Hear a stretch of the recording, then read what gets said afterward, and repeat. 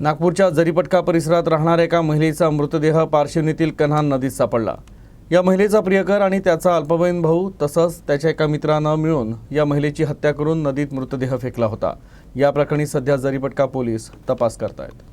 पोलिसांकडून मिळालेल्या माहितीनुसार शीतल उके असं मृत महिलेचं नाव असून ती नागपुरातील इंदोरा परिसरातील बाराखोली येथील रहिवासी होती।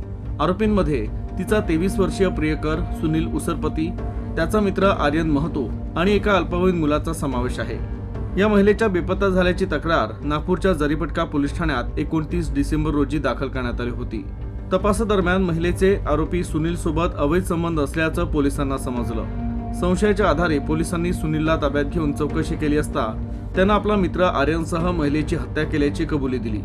आरोपींनी तिची म्हाडा क्वार्टर्स मधील खोलीत गळा चिरून हत्या करून तिचा मृतदेह पोत्यात भरला आणि पारशिवनी मार्गावरील कन्हा नदीत फेकून दिला होता। खोलीत पडलेलं रक्त आणि पुरावे सुनीलच्या अल्पवयीन भावानं स्वच्छ केले होते। दरम्यान बुधवारी कन्हा नदीतून महिलेचा मृतदेह सापडला, तर या प्रकरणी पोलीस पुढील तपास करतायत।